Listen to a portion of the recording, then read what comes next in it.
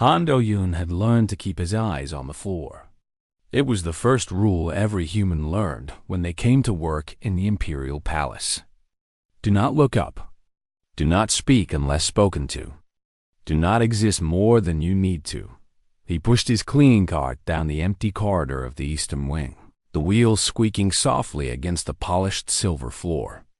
The walls rose high above him, decorated with ancient symbols and portraits of Etherean rulers who had died before Earth even had electricity. Everything here was beautiful. Everything here reminded him that he did not belong. The Ethereans were tall, 8 feet, sometimes more. Their skin was pale like moonlight, and their eyes glowed soft gold in the dim palace light. They lived for centuries. They moved like water and spoke like music. And they looked at humans the way humans once looked at insects. Du Hyan was 29 years old. By Aetherian standards, he was already approaching the end of his usefulness. They called humans short-lifers and treated them as something between pets and furniture. Useful, perhaps, but never important.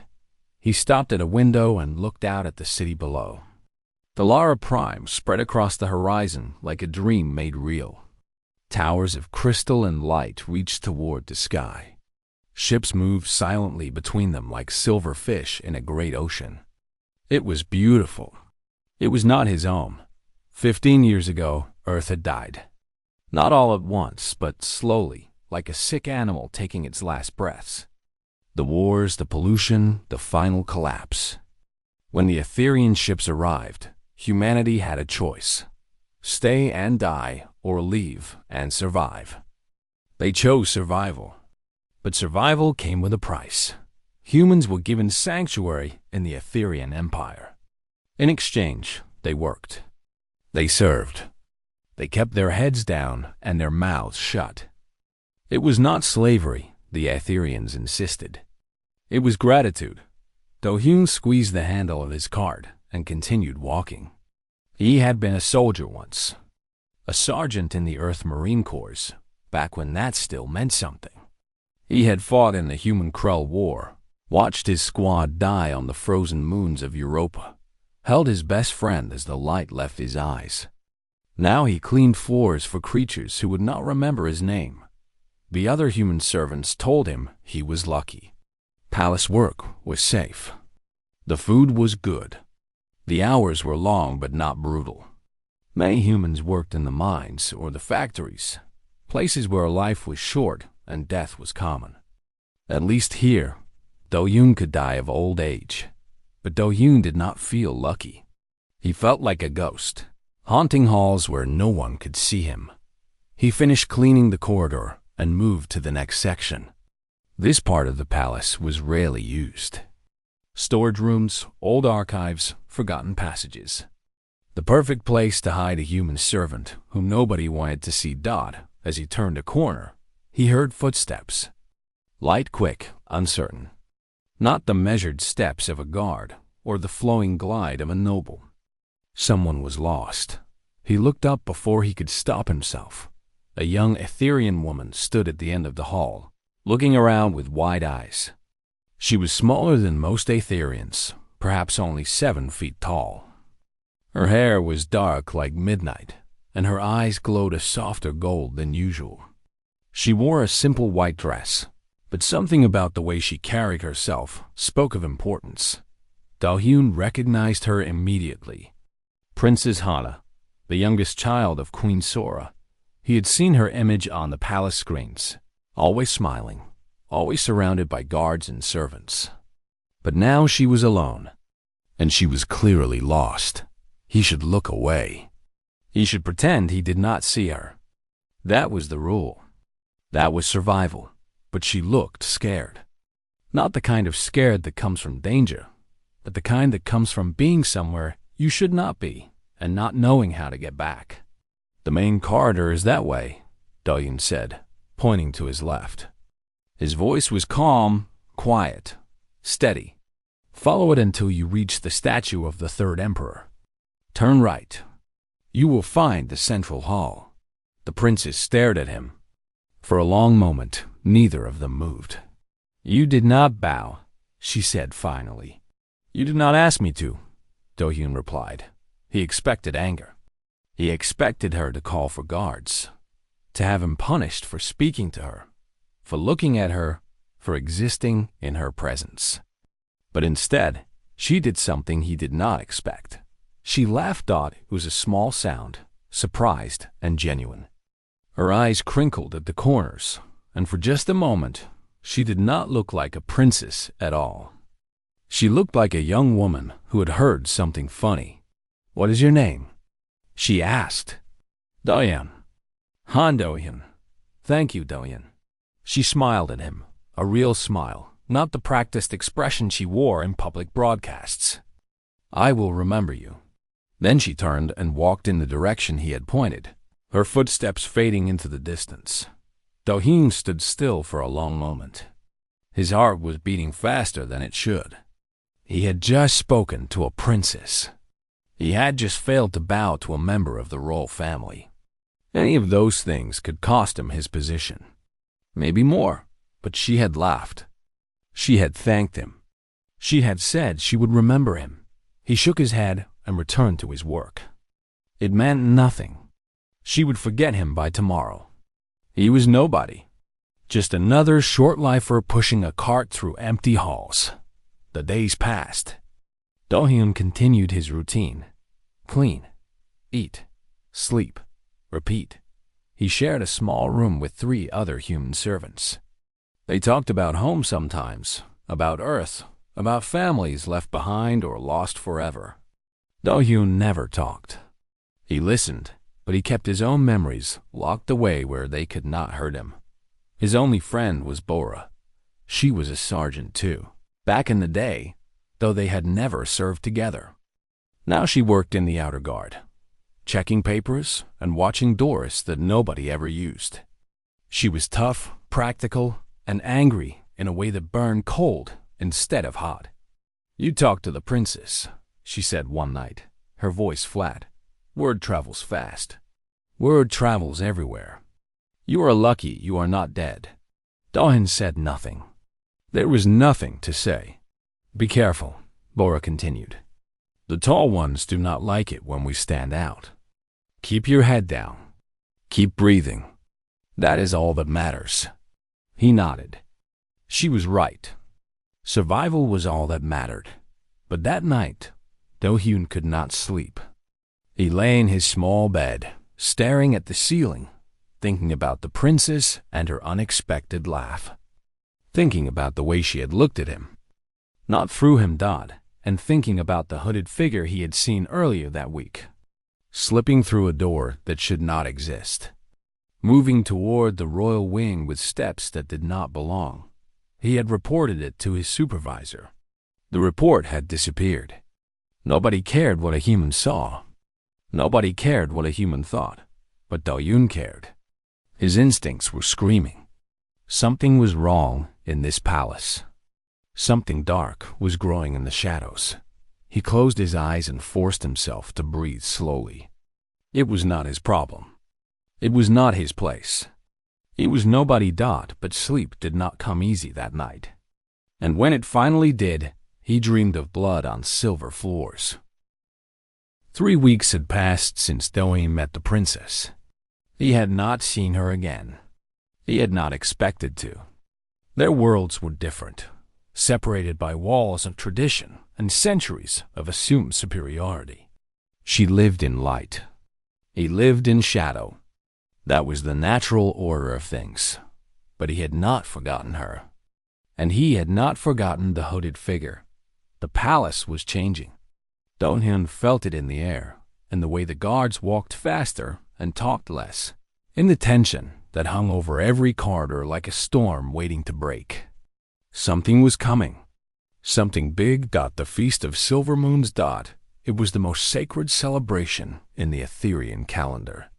A night to honor the royal bloodline, to celebrate the unbroken chain of rulers that stretched back 10,000 years. Dignitaries would come from across the empire. Every noble house would send representatives. The palace would be filled with more important people than Do-hyun could count. and for the first time in his 5 years of service, he had been assigned to work inside the main ballroom.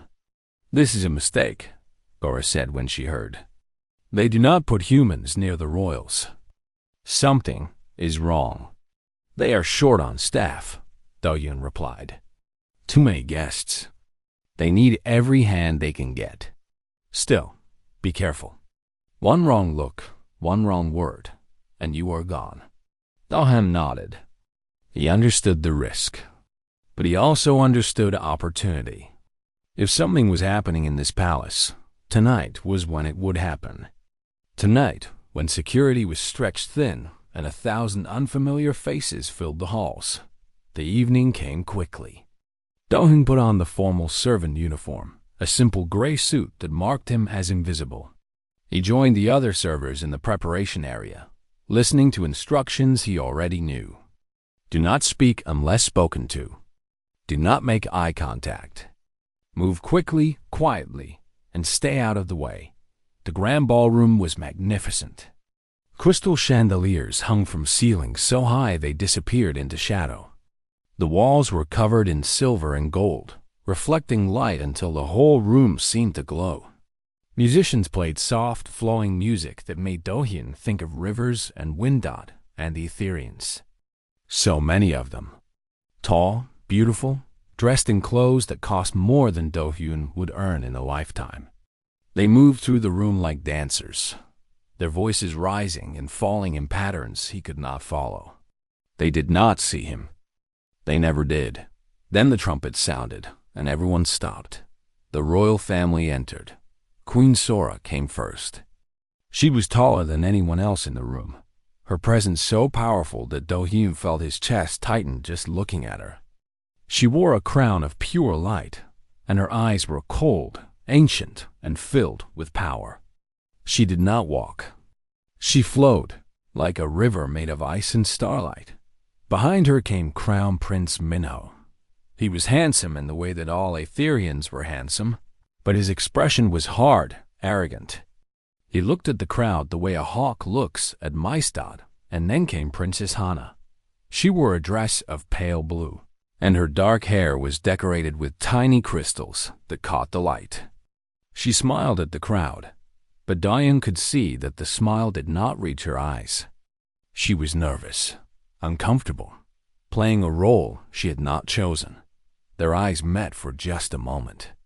A flicker of recognition passed across her face. Then she looked away, and the moment was gone. Do-Hyun returned to his work. He moved through the crowd, offering drinks, collecting empty glasses, staying invisible. He heard fragments of conversation, gossip about politics and alliances and ancient rivalries. He did not understand most of it. He did not need to, but some conversations he understood perfectly. "The humans should not be here," a female voice said, loud enough to be heard by anyone nearby. "It is disgraceful. Vermin in the palace, serving our food, touching our things." Do-Hyun did not turn around. He recognized the voice. Lady Yoonji, one of the most powerful nobles in the empire. She had spoken publicly about removing humans from all positions of service. She wanted them kept in labor camps, far from civilized society. "They are useful enough," a male voice replied, though without much conviction. "Useful? They are contamination. Their presence weakens us. Look at them, scurrying around like rats. This is what the empire has become?" Do-Hyun kept walking. His hands were steady.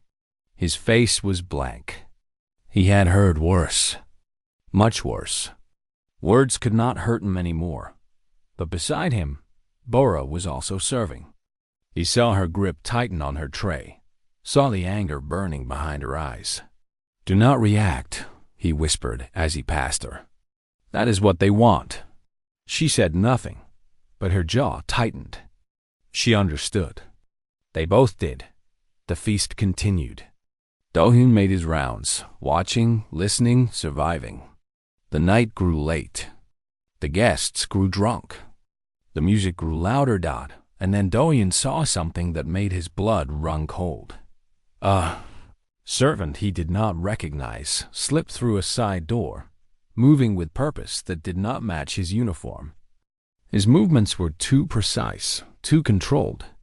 Not a servant. Something else. Do-yoon followed. He left his tray on a table and moved quietly through the crowd, keeping his target in sight. The man disappeared through a door that led to the service corridors, the places where humans worked and royals never went. Do-yoon followed. The corridor was empty, silent. The sound of the party faded behind him as he walked deeper into the palace.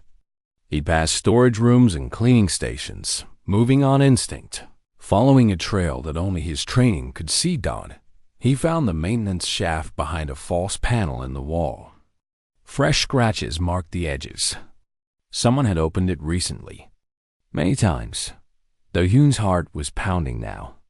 This shaft led toward the royal chambers. He knew because he had studied the palace layout in his first weeks here, back when old habits still ran strong. He knew every corridor, every passage, every potential exit. A soldier always knows his ground. Someone was using this shaft to access areas they should not be in.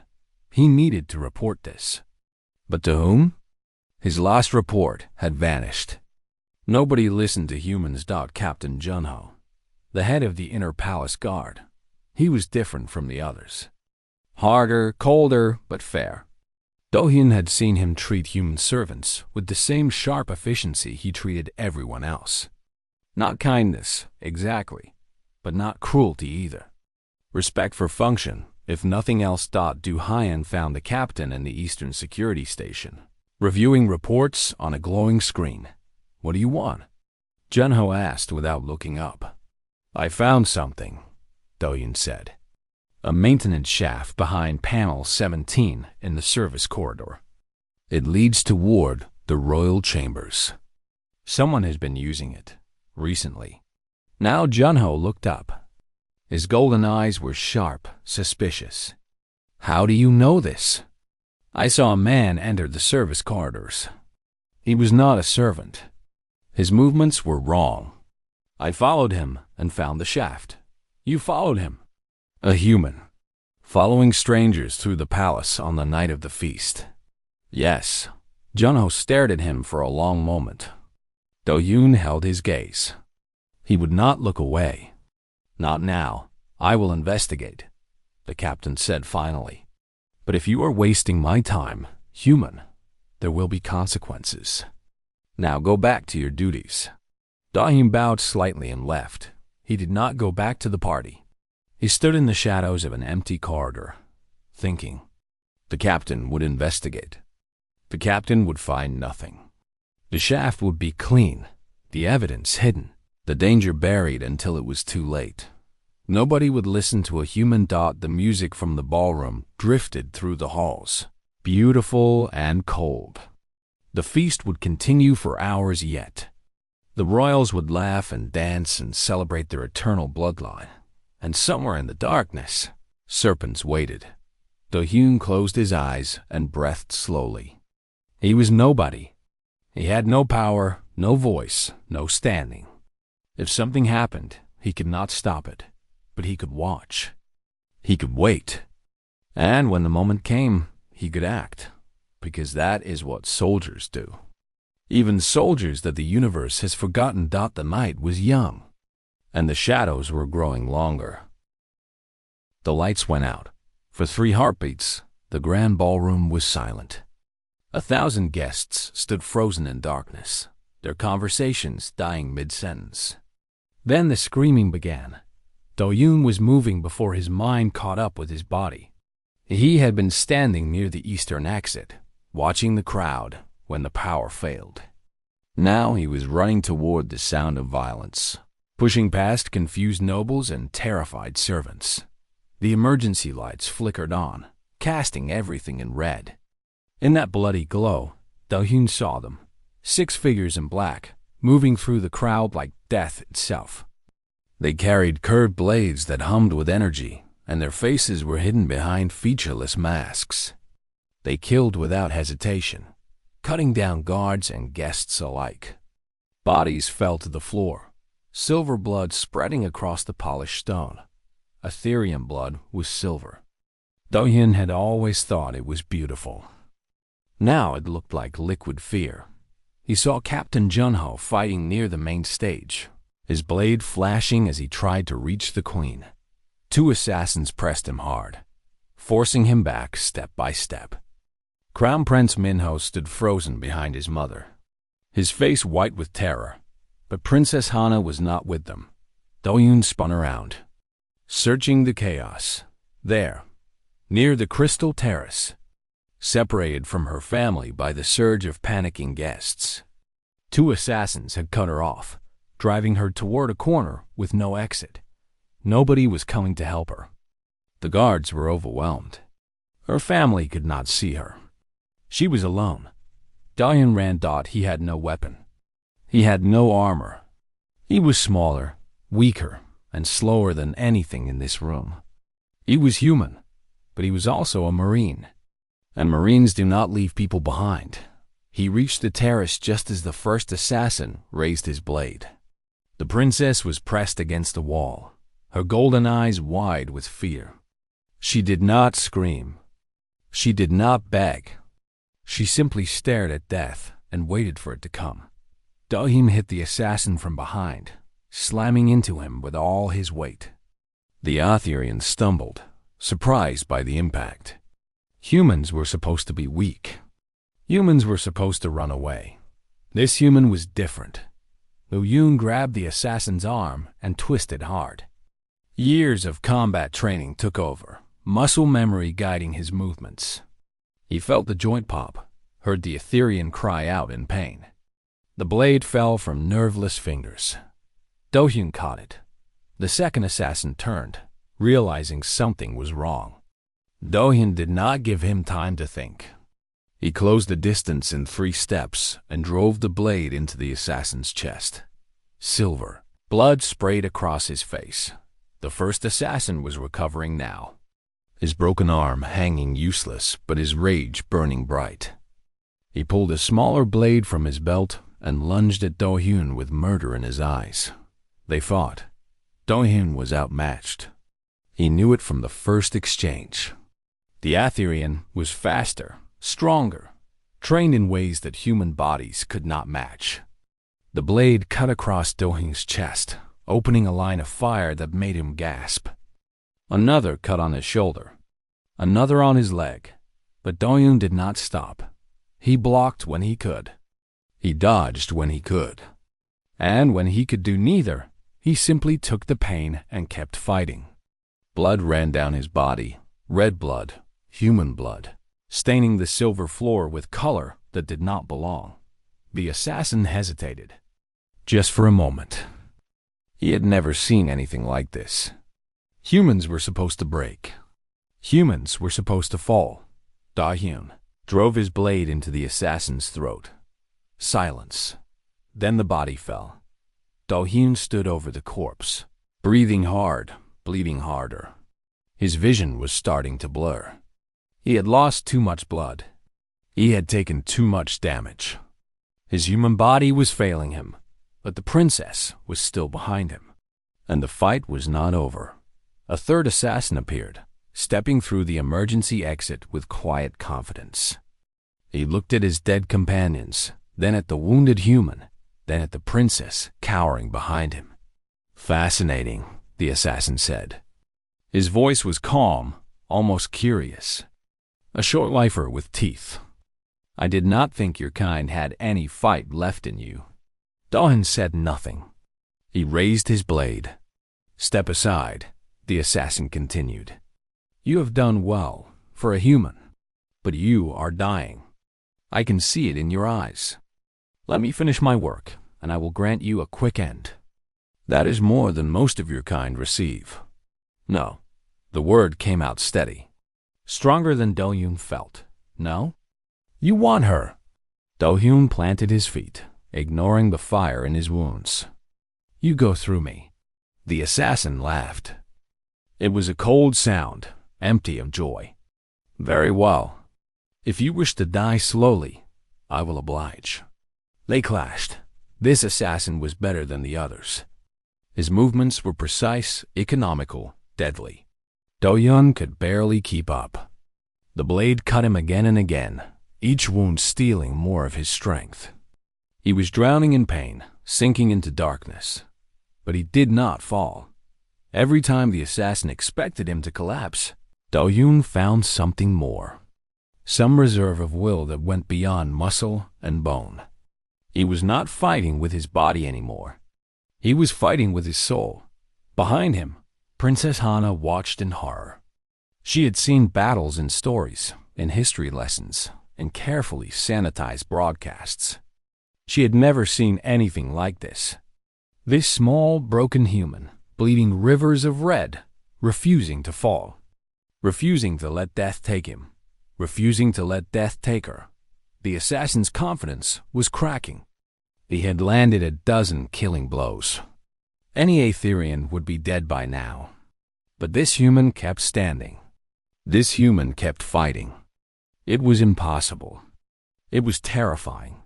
The dawn saw his opening. One moment of hesitation, one fraction of a second where the assassin's guard dropped. He took it. He threw himself forward, inside the assassin's reach. The blade cut deep into his side, a wound that would kill him in minutes. He did not care. He grabbed the assassin's head with both hands and twisted with everything he had left. The neck snapped. The assassin fell. Do-hyun fell with him. He lay on the floor, staring at the ceiling, watching the red emergency lights pulse above him. The pain was fading now. That was bad. That meant shock was setting in. That meant the end was coming. Footsteps, running, someone shouting orders. Captain Junho's voice, sharp and urgent dot, then a face appeared above him. Golden eyes, dark hair, tears streaming down pale cheeks. Princess Hana. Do not die, she whispered. Please, do not leave me. Do-hyun tried to speak. His mouth would not work. His body was shutting down, one system at a time, but he managed to smile. Just a little. Just enough. He had done it. He had protected her. More faces appeared. Guards. Medical personnel. Hands pressed against his wounds, trying to stop the bleeding. Voices shouted words he could not understand. Captain Junho stood over him, staring down with an expression Do-hyun could not read. Shock, perhaps. Or something else. Something that looked almost like respect. 4, the captain said quietly. He killed 4 of them, alone. The princess was still holding his hand. Her grip was tight, desperate, as if she could keep him alive through pure will. Save him, she commanded. Her voice was raw but steady.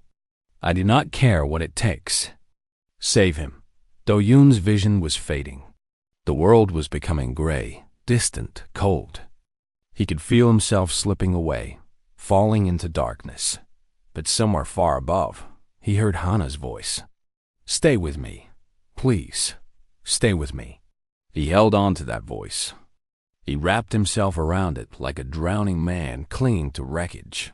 And when his heart stopped, he fought his way back. Not because he wanted to live, but because someone had asked him to stay. His heart stopped twice that night. Both times, against all odds, it started again. The doctors did not understand. His wounds were fatal. His blood loss was critical. No human should have survived. But Do-hyun was not fighting with his body anymore. He was fighting with something else entirely. 4 days passed. Do-hyun did not wake up. He lay in a recovery pod in the Royal Medical Wing, surrounded by machines that beeped and hummed and worked desperately to keep him alive. The Aetherian doctors had done everything they could, but their medicine was designed for Aetherian bodies. Human bodies were different, weaker, stranger, more fragile than anything they had ever treated. He should be dead, the chief physician said on the second day. By every measure we have, he should be dead. I do not understand how he is still breathing. Nobody understood. But nobody could deny what they were seeing. Princess Hana had not left his side. She sat in a chair next to his pod, watching his chest rise and fall, counting each breath as if her attention alone could keep him alive. The nurses whispered about it. This was unprecedented. A member of the royal family, staying beside a human servant like a loyal pet waiting for its master to wake. Some found it touching. Others found it disturbing. On the third day, Queen Sora came to visit. She arrived without announcement, without guards, without the ceremony that usually surrounded her every movement. She simply appeared in the doorway, tall and cold and ancient, her golden eyes fixed on the unconscious human. Hana stood quickly, bowing her head. "Mother." The queen said nothing. She walked slowly to the recovery pod and looked down at Dohyun. For a long moment, she simply stared. "He is small," she said finally. Her voice was soft, almost thoughtful. "Even for a human, he is small." "He saved my life," Hana replied. "He killed 4 of them, alone." "I know. I have read the reports." The queen's expression did not change. "Captain Junho believes the assassins were from the Pale Dawn. The investigation is ongoing. Will you find them? The ones responsible? We already have. Lady Yoonji was arrested this morning. She and her supporters will be executed by week's end." Hana felt a cold satisfaction at those words. Lady Yoonji, who had called humans vermin. Lady Yoonji, who had wanted them removed from civilized society. She had been the snake in the garden all along. "There is something else," the queen continued. "Captain Junho has submitted a supplemental report. It seems this human tried to warn us. Weeks ago, he reported suspicious activity. A maintenance shaft leading toward the royal chambers. The report was suppressed by one of Yoonji's allies." Hana stared at her mother. "He knew? He tried to stop it?" "He tried. No one listened." The queen's voice carried a weight that Hana had rarely heard. Regret, perhaps. Or something deeper. A human saw what we did not. A human spoke when we would not listen. And a human bled when our own guards fell. She reached out and touched the glass of the recovery pod. Her fingers left no mark. "What is his name?" "Handoyan. Handoyan." The queen repeated it slowly, as if tasting the words. "I will remember." She turned and left without another word. But something in the air had changed. Something heavy and significant had shifted, like the first crack in a frozen lake. On the 4th day, Crown Prince Minho came. He stood at the door for a long time before entering. His face was pale, his eyes hollow. The arrogant prince who had sneered at humans was gone. In his place was a young man haunted by his own failure. "I froze," he said quietly. He did not look at Hana. He looked at Dohyun. "When the assassins came, I froze. I could not move. I could not think. I stood there like a statue while people died around me." Hana said nothing. There was nothing to say, and this human. Minho's voice cracked slightly. "This short-lifer, this servant, this nobody. He ran toward the danger. He fought when I could not. He almost died protecting you." He reached into his coat and pulled out a small medal. It was made of pure crystal, engraved with the royal crest. A mark of valor, given only to the greatest warriors of the empire. "This belonged to our grandfather," Minho said. "He earned it in the War of Falling Stars. I want him to have it." He placed the medal on the table beside Dohyun's pod. His hand trembled slightly. "I do not expect forgiveness," Minho continued. "Not from him. Not from you. But I wanted him to know that I see him now.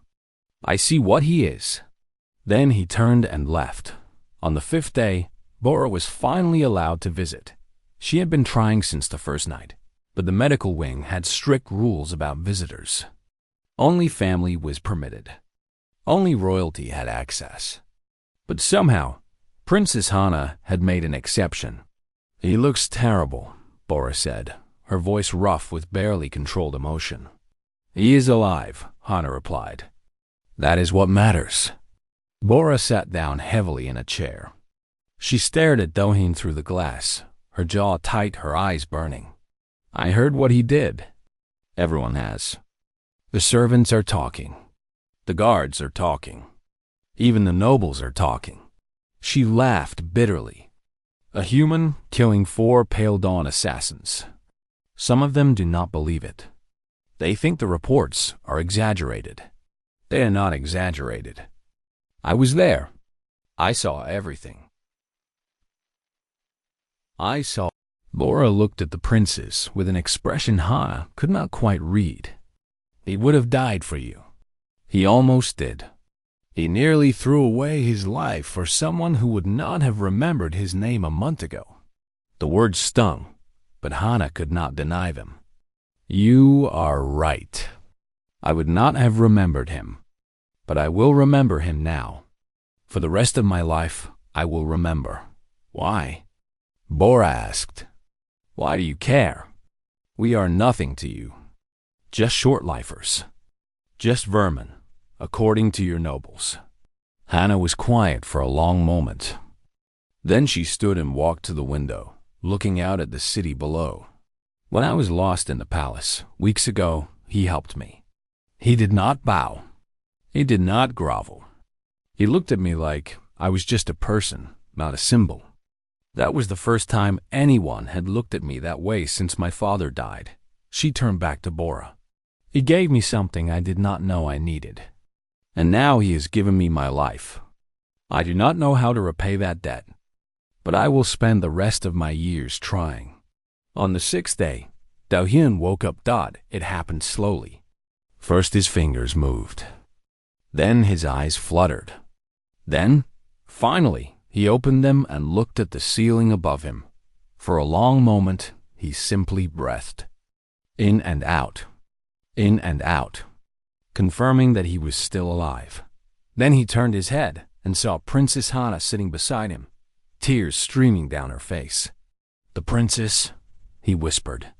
His voice was rough, broken by days of disuse. Is she safe? Hana laughed through her tears. I am right here, you fool. And yes, thanks to you, I am safe. Do-hyun closed his eyes. A faint smile touched his lips. Good. That is good. He fell back asleep. But this time, it was the sleep of healing. The sleep of someone who would survive. Outside the medical wing, the Empire was in chaos. The assassination attempt had shattered the illusion of Aetherian supremacy. Questions were being asked. Investigations were ongoing. Heads were rolling. And everywhere, people were talking about the human. The human who had fought like a demon. The human who had bled red on silver floors. The human who had saved the princess. In the council chambers, nobles debated what to do with him. Some wanted him rewarded quietly and sent away. Others wanted the whole incident buried, forgotten, erased from history. A few even suggested that he should be punished for daring to touch royalty. But Queen Sora listened to none of them. She sat on her throne, silent and still, her ancient eyes seeing something that none of them could see. And when the debates finally ended, when the nobles fell silent and waited for her judgment, she spoke only 3 words. He is ours. Nobody understood. Not yet, but they would. 2 weeks after the attack, Do-hyun stood before the crystal throne. The grand throne room was full. Every noble house had sent representatives. Every corner of the empire was watching through live broadcast. This was the largest gathering since the coronation of Queen Sora herself. 300 years ago, Do-hyun walked slowly, still healing. His wounds had closed, but they had left scars that would never fade. White lines crossed his chest and arms, a map of pain written on his flesh. He wore simple clothes, clean and gray, the uniform of a servant. Beside him walked Bora, her hand on his elbow, steadying him when his legs threatened to fail. On his other side walked Captain Junho, tall and stern, his presence a silent statement that none could miss. The nobles watched in silence, some with curiosity, some with disgust, many with open hostility. A human in the throne room. A human standing where only the greatest warriors and lords had ever stood dot at the far end of the room. The crystal throne rose like a mountain of light. Queen Sora sat upon it, her crown burning with soft fire. Her eyes fixed on the small human approaching her. Princess Hana stood beside the throne. Dressed in royal blue, her hands clasped tightly in front of her. Crown Prince Minho stood on the other side, his face unreadable, but his posture respectful. Do-hyun reached the base of the throne and stopped. Tradition demanded that he kneel, that he press his forehead to the floor and wait for the queen to acknowledge him. He did not kneel. He stood straight, looking up at the throne with steady eyes. Not defiance, not arrogance, simply the posture of a man who had nothing left to fear. A murmur ran through the crowd. Some of the nobles shifted angrily. This was an insult. This was unacceptable. But the queen raised her hand, and the murmuring stopped. Han Do-hyun, she said.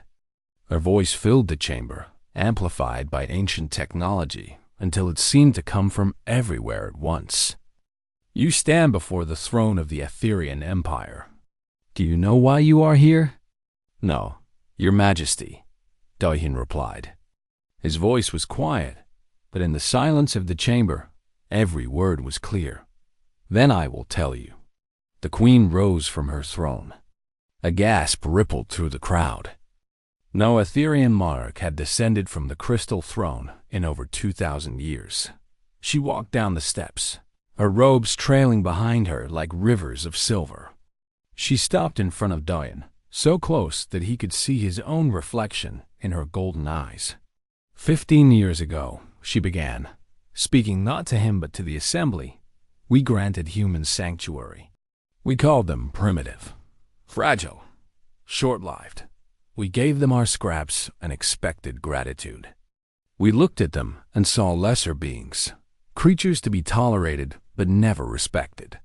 She paused. The silence was absolute. We were wrong. Another gasp. The nobles exchanged shocked glances. The queen of the Aetherian Empire admitting error? Impossible. This man, the queen continued, had every reason to let my daughter die. We have given his kind nothing but contempt. We have treated them as servants at best, as vermin at worst. He owed us nothing. He owed me nothing. She turned to look at the nobles, her gaze sweeping across them like a blade. And yet, when death came for my daughter, he did not run. He did not bargain. He did not hesitate. He threw himself at enemies he could not defeat. He bled for a princess who had never spoken his name. He died twice on that floor, and twice he fought his way back. Her voice hardened. 4 assassins. Trained killers, genetically enhanced, armed with weapons designed to slaughter. And 1 human, with nothing but a stolen blade and the refusal to fall, killed them all. She turned back to Do-hyun. His blood is red. His bones are fragile. His life is short. But his spirit... She paused, and for just a moment, something soft flickered in her ancient eyes. His spirit is worthy of this house. She placed her hand on his shoulder. The touch was light, but it carried the weight of empires. By the ancient right of Vethmara, the eternal debt, I claim this man. He is no longer a servant, no longer a guest, no longer a short-lifer to be tolerated and forgotten. He belongs to the crown now. He's bound to this house by blood and sacrifice. Her voice rose, filling the chamber with power and certainty. He is ours. The words echoed through the silence. Some nobles looked ready to protest, their faces red with outrage. But none dared speak. The queen's word was law. The queen's word was absolute. Do-hyun finally knelt.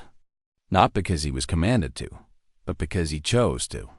I do not deserve this honor, Your Majesty, he said quietly. The queen looked down at him. You earned it in blood. That is the only currency I respect. She stepped back, and Princess Hana moved forward.